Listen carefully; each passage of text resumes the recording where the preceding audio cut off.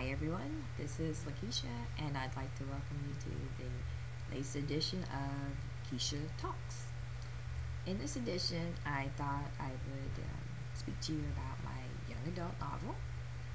It's entitled Werelove Dusk Conspiracy. And a little neat fact about the book is that it is the first book in a proposed quintet, or series as some of us like to say. And these 5 books center around the character of Laylah Le Croix, who is a 17-year-old with very interesting background. And in this story, she has, of course, the usual angst in her life, dysfunctional family issues, loneliness. She has to deal with bullies at school. She's searching for herself. She's trying to discover herself, learn more about herself in this novel. And in the midst of this search, there's quite a bit of things going on that affect how she's going about, trying to discover more about herself. So I really enjoyed writing the story, and it was fun because I got to go back into my memory and pull stuff from my high school days, and kind of recall how it felt to be a teenager, and the mental state, how I felt, the way I reacted to things, which is way, of course, different than how a person reacts as an adult. And so that was one of the cool parts about writing the young adult book. Also, I had a story to tell, and there's a lot that can be learned from Laylah. She's probably not one of my strongest characters that I've ever written. In fact, there's a lot about her that will mature along with the character as we go through each book. But there's a vulnerability there too that makes Laylah special to me, special to my heart, because I was like that. I felt a lot of the way she feels, and I'm pretty sure it comes across in the story, but you'll have to buy a copy and find out. But questions I get asked about Werelove is, why did you set it on another planet? The story behind why it's set on another planet. When Nelson and crew were first introduced to Werelove, I was originally trying to set it in Florida, which is where I currently live. And it was not working. Geographically was not working. The places I thought I knew and understood enough that I could, write them in the story wasn't translating very well in the story. And Nelson was, very adamant that what you're writing is not what's really here, so you need to pick another setting, do something, but, change it. Sorry about that, I just hit the camera. But, so he's like, yeah, you definitely, need to change it. So, out of aggravation and just sheer evilness, I guess, I said, fine, I'll set it on another planet. Well, then the suggestion was made to not use names of places in Florida, but that I should, if I really was adamant about using the names, to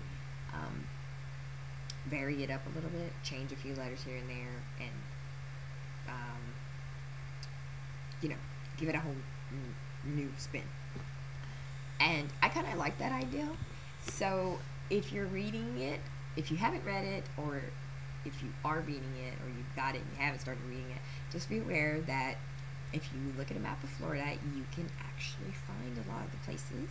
You've got to look and you got to think, but it's a great little quiz to see if you can locate the actual places in Florida that the places in the book are named after.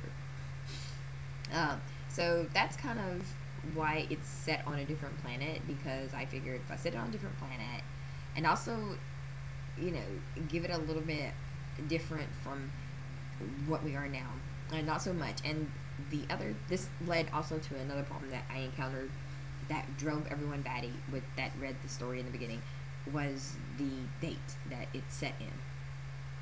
It's set pretty far in the future, and they were having trouble reconciling the future date with the 21st century technology, which I did a lot of it, and some of it was tweaked and changed a little bit, but they were having trouble with the 21st century technology in a century that's 2 or 3 centuries ahead of you.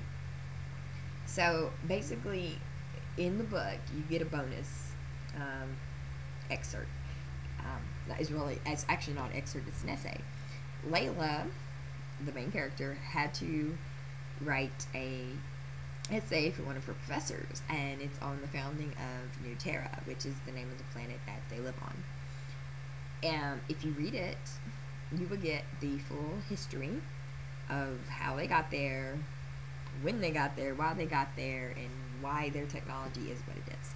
So it was a little bit of a bonus that got added in, and I have to thank Diane Dykstra for the idea. She had mentioned it when I was bemoaning the fact that no one was getting the 21st century tech with the, having a future century. And she had made a suggestion that I should write an essay of some type, put it on my website, and have it, explain why the setting was what it was.